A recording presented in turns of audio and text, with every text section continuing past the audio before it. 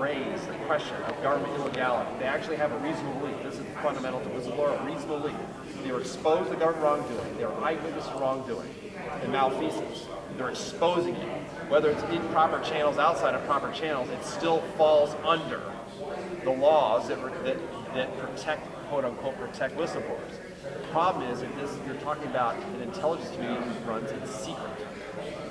And they get, in essence, especially in the current climate, they get to define what's secret and what isn't. And essentially, more is becoming secret, not less. But now you're talking about a whole alternative structure in terms of law, which really isn't law. It's made up based on what they say is or isn't. So the last thing they want to be is exposed. So remember, in this country, we're not founded on secrecy. We're founded on openness and transparency. For all the faults of the Constitution had, that was fundamental. And that's really what's at stake. So if you can silence the whistleblowers, but remember, what's the other thing government's really after? They don't want this stuff reported on. Where does it get reported? It gets reported in the media, whether it's mainstream media, whether it's alternative media. So if you start cutting off the very sources of information that would normally be reported in an open and transparent democracy, then what starts happening? We're already uninformed enough as it is. Now, in the very fundamental elements of the government, the very elements of the government which you would want to have be the most responsible, the most accountable, they get to hide out in secret, and anybody that dares report to anybody else, and I don't speak to my own case, was within the system or outside the system, we're going to fry you.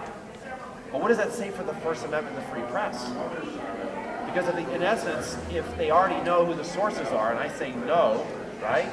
If you turn the United States into a surveillance state, which is usually the case, it's much easier for the government in secret to figure out who the sources are.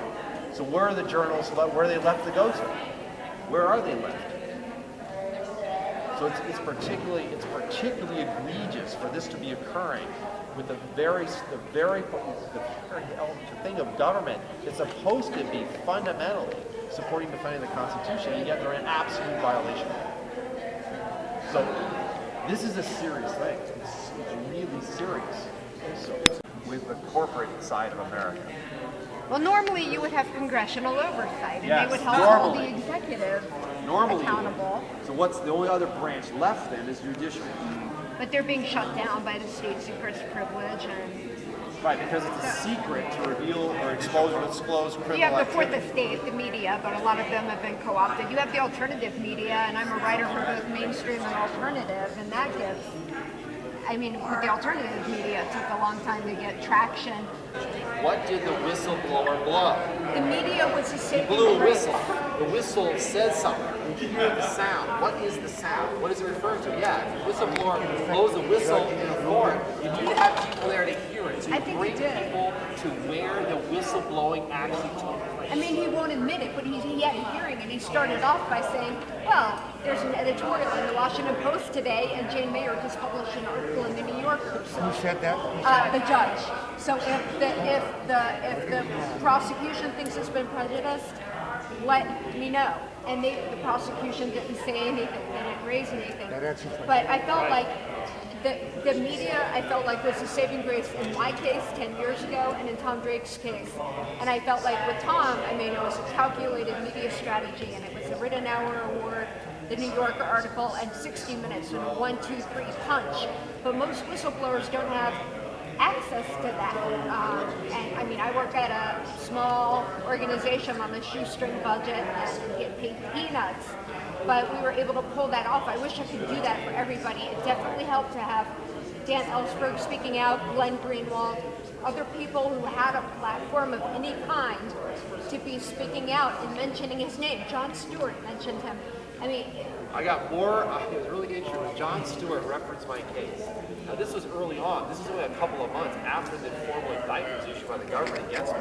10 felony counts, 5 under the Ellsberg Act for quote unquote, retaining class information for what they said was a purpose of disclosure to the media. When Jon Stewart made reference, and he's a comedian, right? But there was truth to what he says. Like, why is the Obama administration going after a truth teller? But I had all yeah. kinds of people contacting me. Hey, we saw you on the Jon Stewart show. Because people are getting their news. That was not mainstream media. Jon Stewart actually has much greater credibility in the eyes of so many people than the mainstream media. What does that say? I think it affected the judge.